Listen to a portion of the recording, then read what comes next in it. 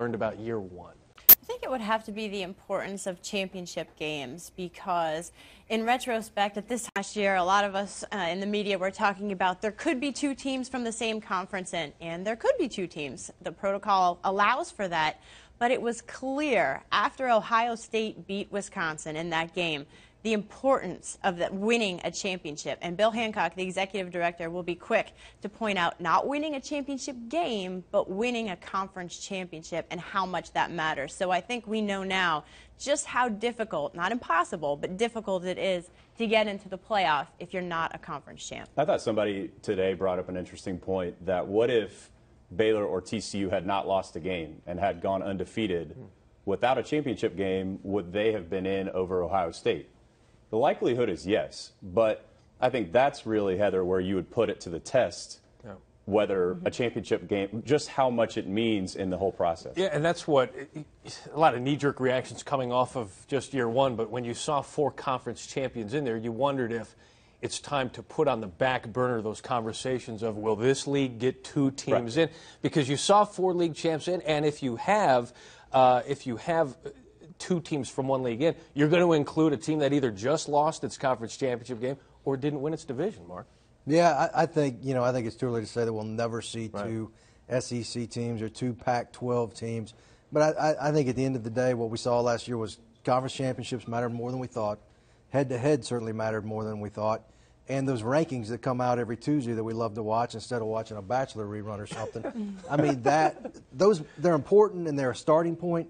But at the end of the day, they don't mean that much. We saw TCU go from 3 to 6. We saw Ohio State come into the top 4 at the very end. I don't think they're a charade. I think they're important, but I don't think they're the end-all until the last ones come out. Getting to those rankings, one of the things that was asked of Jeff Long, who was there here in Charlotte, the committee chair, and the executive director of the playoff, Bill Hancock, was the need for more transparency, whether that's showing how many votes the teams missed out on the playoff, or what's the separation leading up to the final selection.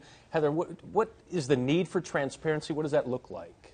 Well, it's difficult to actually provide that because of the way the system goes. And Art Briles came out this offseason and said that he had a source that told him it was an 8-4 vote, but that's just not possible because there are so many votes taken, and there are only 2 people in the room at the end of the day who know exactly what those are, and they do not share them with the committee members. Jeff Long doesn't know. Nobody on the committee knows who voted how, and I'm told by my sources when they walk out of that room, they don't talk about that with each other. So Mike Tranghese doesn't know how Tyrone Willingham voted. They're not conversing about that. Is that necessary, though, do you think? I mean, can we get to a place where that is okay? I mean, is it a safety issue? Is that why we're not revealing? Well, I mean, look, I'm all for transparency, and that was the one thing I wanted from the very beginning was transparency with the selection committee.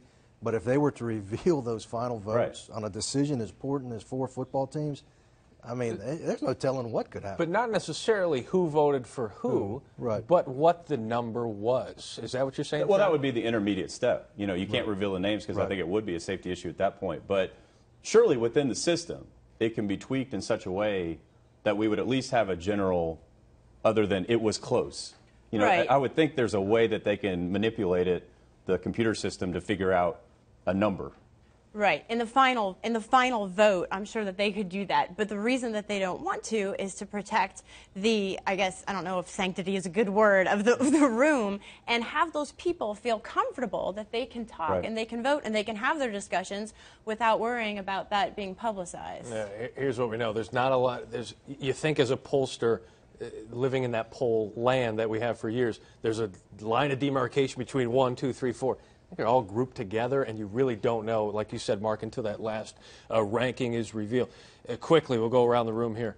The impact of the playoff in scheduling with these individual programs, how have you seen that manifest itself even through year one? Well, I mean, we're seeing a lot more marquee Power 5 teams playing each other. Georgia's going to play Notre Dame, UCLA, USC, Oregon, all playing challenging schedules in the beginning. And then, of course, there's Baylor, which will continue to play, University of Incarnate Word, and everybody else. They're coming around. But do they have to? I mean, you run the table, you're likely going to get in regardless of your non-conference. He was willing to test that. I think that's where we're at right now. And even when we spoke last month, when I talked to Art Briles, he admits that there's pressure on them to add games. That's why you're seeing them try to schedule Cal, adding Arkansas a few years from now.